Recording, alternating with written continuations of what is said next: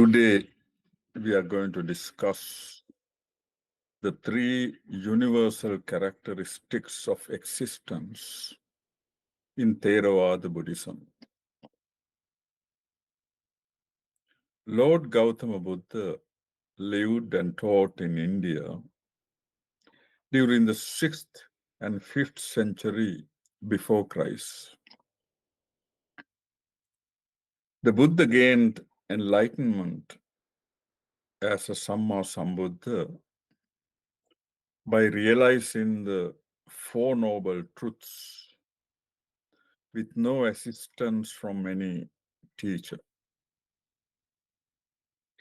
The Four Noble Truths that the Buddha realized during enlightenment are the truth of suffering, dukkha satcha, the truth of the origin of suffering, samudaya satcha, the truth of the cessation of suffering, nirodha satcha, and the truth of the path leading to the cessation of suffering, magga satcha. Now, during the process of enlightenment, the Buddha also realized the three universal characteristics of all phenomena that exist in the universe. And that is impermanence, anicca, suffering, dukkha, and not self, anatta. Now, these three characteristics are common to each and everything that exists in the universe, whether they are animate or inanimate, whether they are physical or mental phenomena. And these three universal characteristics exist in the world, whether there is a Buddha or not. But when a Buddha appears in the world, the Buddha rediscovers the three characteristics of all phenomena and then say it to the world.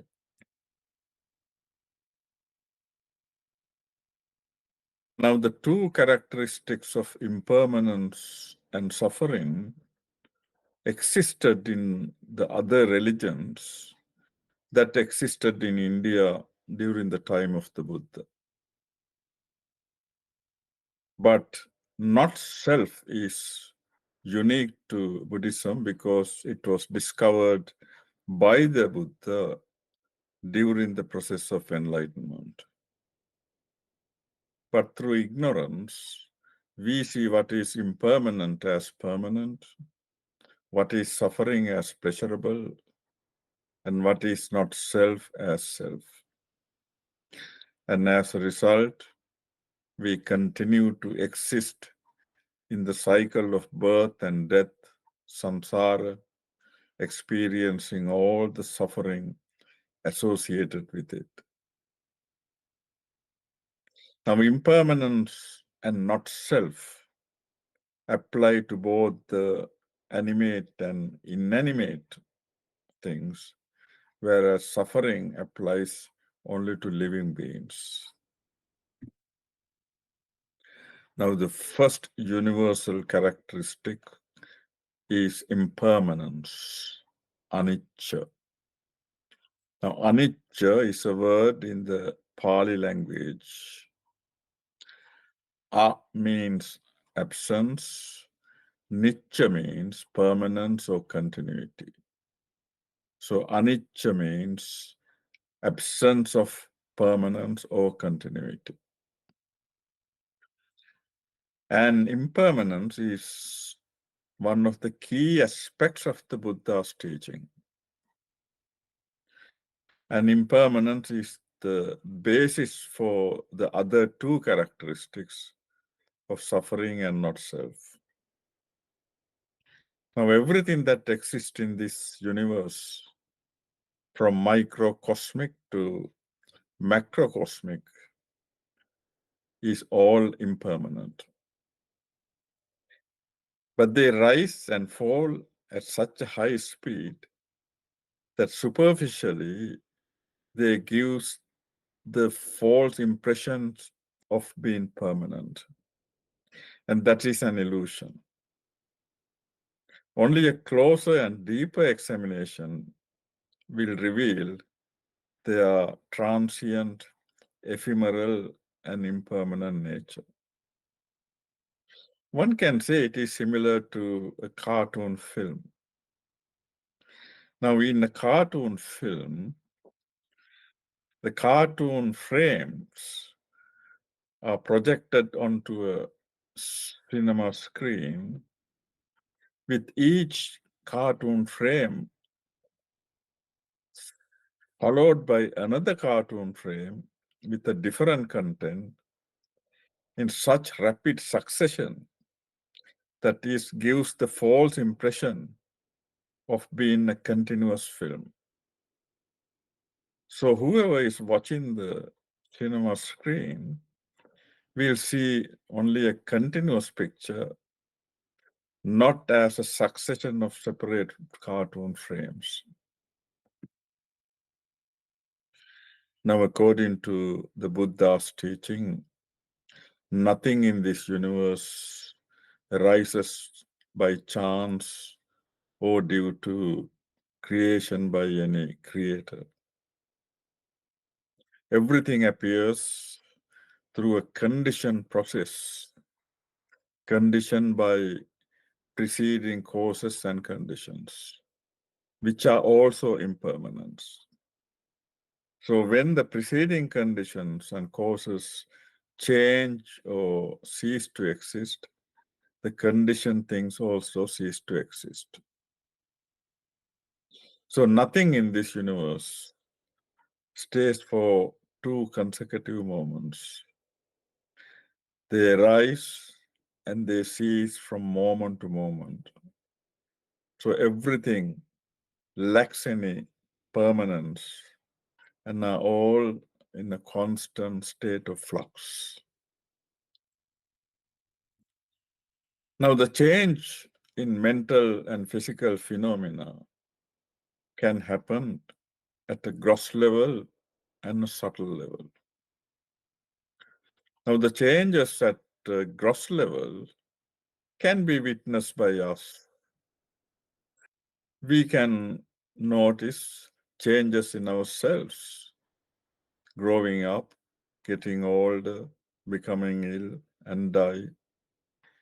And we can also notice gross changes in people around us or in objects around us. But the subtle changes that are taking place are not visible to us. And so they can give the false impression of being permanent. Now, our body is made up of trillions of cells, and each and every one of those cells also constantly change and die, appearing and disappearing. Now, this natural law of impermanence, anicca, applies to all the 31 planes of existence. And that is the 4 worlds of suffering, the human world, and 26 celestial worlds. Wherever one is born, one is subjected to the principle of impermanence. And it is because of our ignorance of this fact of impermanence that leads us to develop craving and attachment to people, to relationships, to our possessions, to even events and experiences.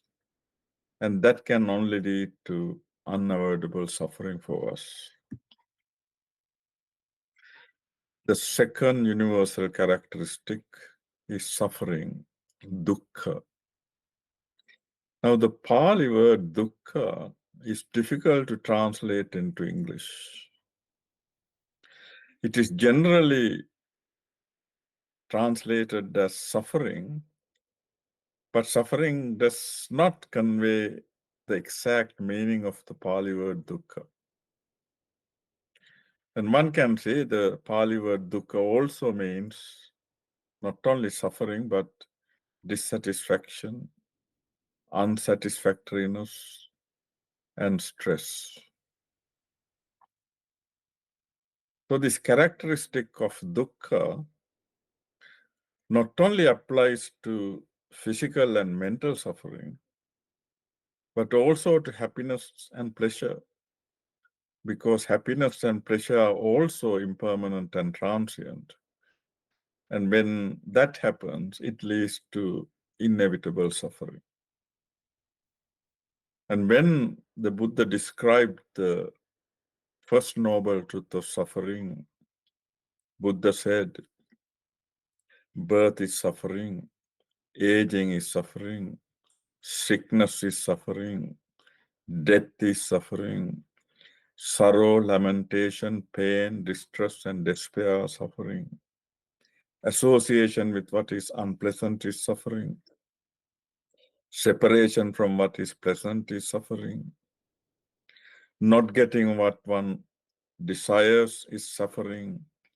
And the Buddha said, in brief, clinging to the five aggregates is suffering.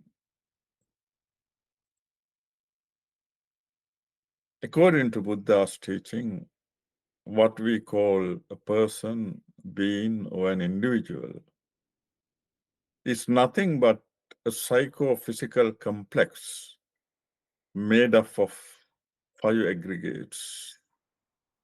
And the five aggregates are materiality, rupa, feeling, vedana, perception, sanya, mental formation, sankhara, and consciousness, vijnana.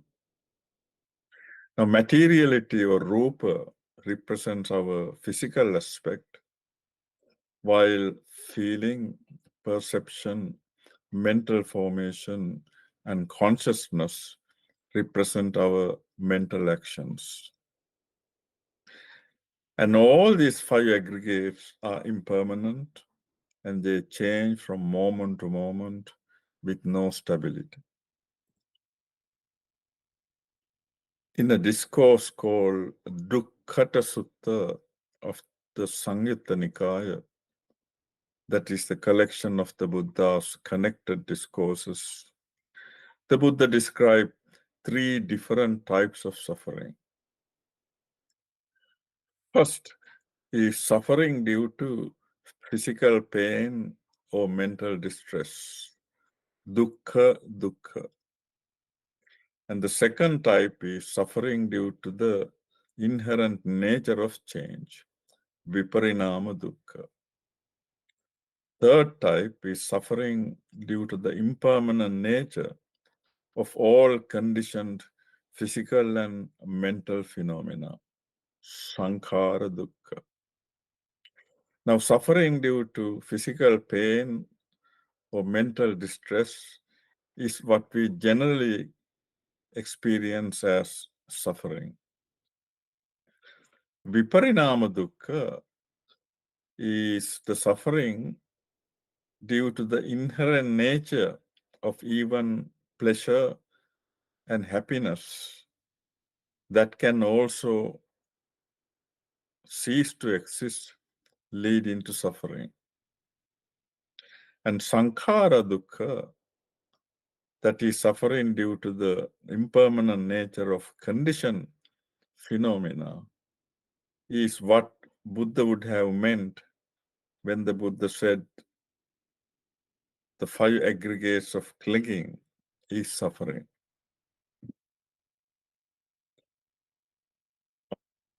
The third universal characteristic is not self, anatta. And that is a hallmark of the Buddha's teaching, because you do not find this concept of not self in any other teaching or religion. What Buddha said was, that there is no permanent, independent, absolute, or fixed entity called self or soul, personality or ego in any of the conditioned phenomena. And this concept of not self is probably the most difficult factor to understand out of the three characteristics. During the time of the Buddha, there were two theories regarding what happens to life after death. One theory was what is called eternalism, Sasvatavada. And they believed in a permanent entity called self or soul that transmigrated from life to life. Now, the other theory, annihilationism, which was also called nihilism or materialism, Uchchedavada. Now, they also believed in an entity called self, but they believe that the soul and the body are one and the same, and at death, both body and self annihilate with nothing remaining. And the Buddha rejected both these theories and presented dependent origination, paticca samuppada, to explain how beings continue to exist in the cycle of birth and death.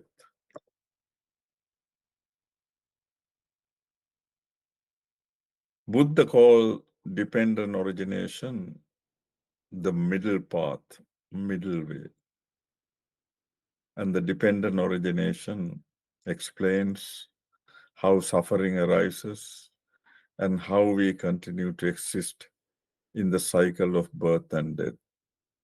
And that is through a cause and effect process with no involvement of any soul or self. Buddha said dependent origination consists of 12 conditioned and conditioning factors.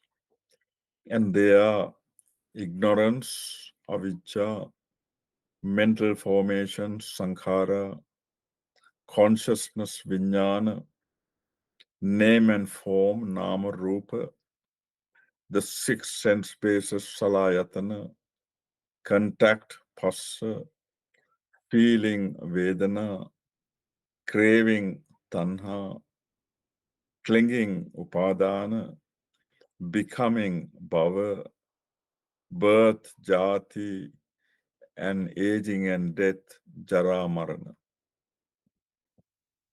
The Buddha said, a person is just a collection of the 5 aggregates of clinging. Rupa, Vedana, Sanya, Sankhara, Vijnana.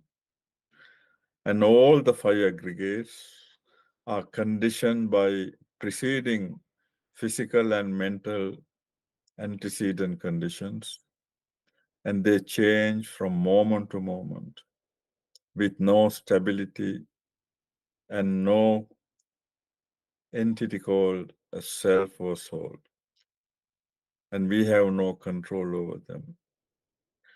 Our body gets older, become ill, and die, and we have no control over them.